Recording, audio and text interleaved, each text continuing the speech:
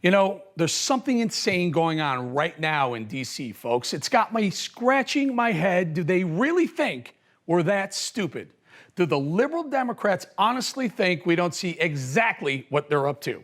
First, we must refresh our collective memories. It's essential to what is happening this week in liberal swamp D.C., the lawmakers call home, to understand the reasons for the liberals' about-face on crime now.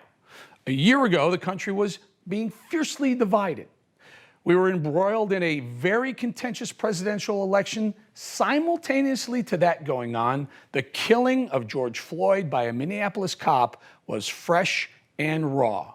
The lines were being drawn. On the left, liberals were demanding American cities defund the police because they claimed there was systemic racism prevalent in American police departments.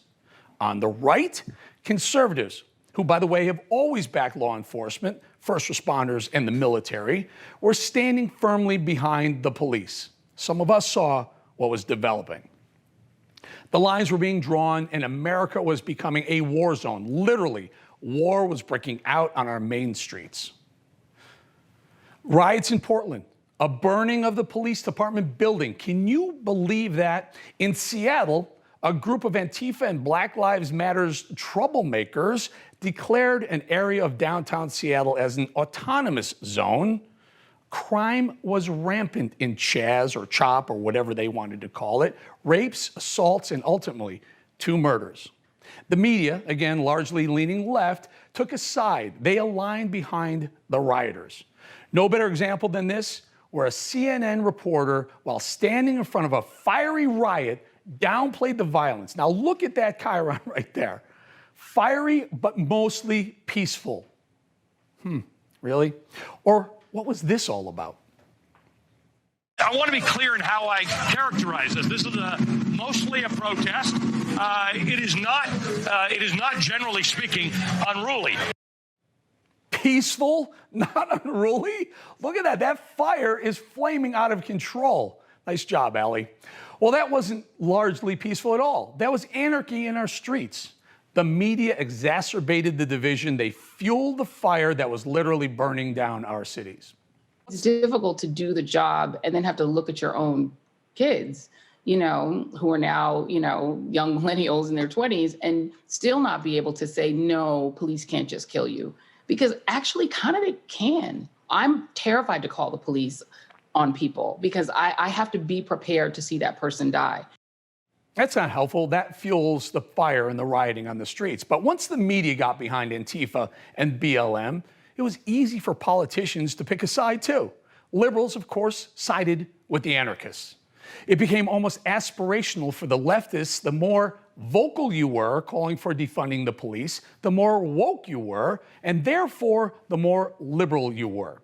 Here, take a listen for yourself.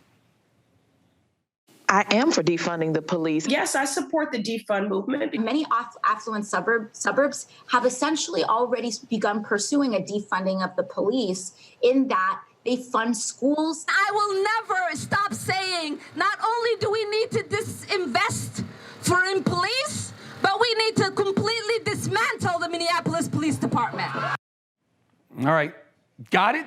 Liberals wanted our police departments defunded. Well, they got their wish. Major cities with Democrat mayors followed their media and politicians' marching orders.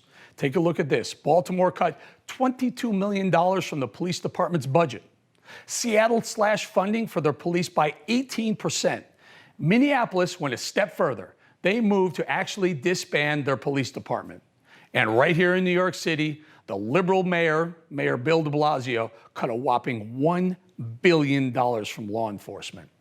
Chicago, Chirac, my hometown, where mass shootings were more common than a Cubs winning a ball game, the last thing they needed was a cut.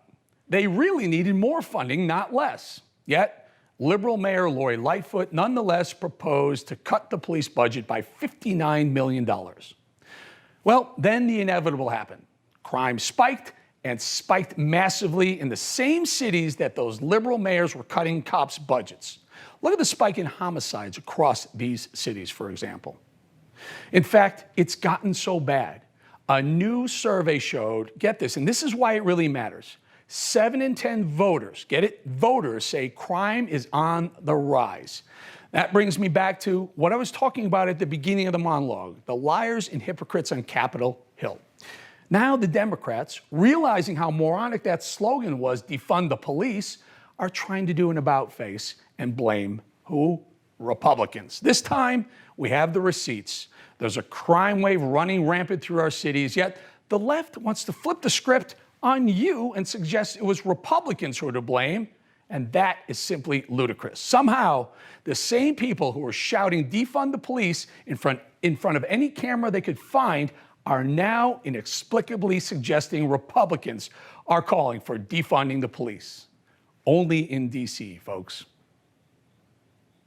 Republicans defunded the police by not supporting the American Rescue Plan. But how is it that that is an argument to be made when the president never mentioned needing money for police to stop a crime wave when he was selling the American Rescue Plan? Well, the president did mention that the American Rescue Plan, the state and local funding, something that was supported by the president, a lot of Democrats who supported and voted for the bill, could help ensure local cops were kept on the beat in communities across the country. As you know, didn't receive a single Republican vote. That funding has been used to keep cops on the beat.